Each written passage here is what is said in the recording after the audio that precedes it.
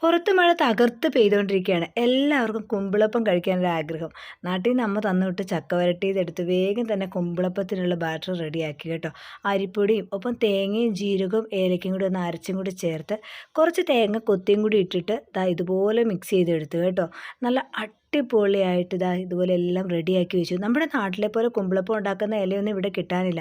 കഴിഞ്ഞ ദിവസം പൊതിച്ചോറുണ്ടാനുള്ള കൊതി വന്നു കഴിഞ്ഞപ്പോൾ വാങ്ങിച്ച വാഴയിലയാണ് കേട്ടോ ഇത്. അപ്പോൾ അതിനകത്തേക്കാണ് ഇത്തവണ നമ്മളിതെല്ലാം സെറ്റാക്കി വെച്ചിരിക്കുന്നത്. കുമ്പിളപ്പത്തിൻ്റെ ഇലയിൽ ഉണ്ടാക്കുന്ന അത്രയും ആ ഒരു ടേസ്റ്റും ഫീലും ഒന്നും കിട്ടത്തില്ലെങ്കിലും കുഴപ്പമില്ല, നമുക്കിത് വെച്ച് അങ്ങ് അഡ്ജസ്റ്റ് ചെയ്യാമെന്ന് വെച്ചതാ മോമോസിൻ്റെ പാത്രത്തിലേക്ക് ഞാൻ എല്ലാം ഇങ്ങനെ ആവി കയറാൻ വേണ്ടി വെക്കുകയാണ് കേട്ടോ. ഇനി കുറച്ച് നേരം നമ്മൾ കാത്തിരിക്കണം, എന്നാൽ മാത്രമാണ് ഇത് റെഡിയായി കിട്ടത്തുള്ളൂ. അപ്പോൾ കുറച്ച് നേരം കഴിഞ്ഞ് ആവിയൊക്കെ കയറി നല്ല സൂപ്പറായിട്ട് വെന്തിട്ടുണ്ട്. ഇനിയിപ്പോൾ നമ്മളിതൊന്ന് ടേസ്റ്റ് ചെയ്ത് നോക്കാൻ പോവുകയാണ്. ടേസ്റ്റ് ചെയ്യാൻ വേണ്ടിയിട്ട് എൻ്റെ മെയിൻ ആളെത്തിയിട്ടുണ്ട്, ബിനീഷ് ചേട്ടൻ. അപ്പം ഞങ്ങളിത് ഓപ്പൺ ചെയ്തു. നല്ല ചൂടായതുകൊണ്ട് തന്നെ കഴിക്കാൻ ഇച്ചിരി സമയം എടുക്കും കേട്ടോ. അപ്പം ഞാൻ ഏതായാലും സ്പൂണൊക്കെ നേരത്തെ റെഡിയാക്കി വെച്ചിട്ടുണ്ടായിരുന്നു. ഞാനത് എടുത്ത് കഴിക്കാൻ വേണ്ടി തുടങ്ങി. ബിനീഷേട്ടൻ പറയുന്നുണ്ട് എടുക്ക് പറയുന്നുണ്ട് കേട്ടോ.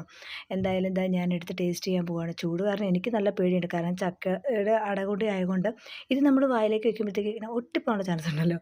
അപ്പോൾ അതുകൊണ്ട് എനിക്ക് ഇച്ചിരി പേടിയുണ്ട്. ബിനീഷ് ചേട്ടൻ അത്രയും ക്ഷമയില്ലാത്തതുകൊണ്ട് ബിനീഷ് ചേട്ടൻ 2 ഊതലൊക്കെ ഇങ്ങനെ വായ ടേസ്റ്റ് ചെയ്ത് നോക്കി. അപ്പോൾ അടിപൊളി സംഭവം.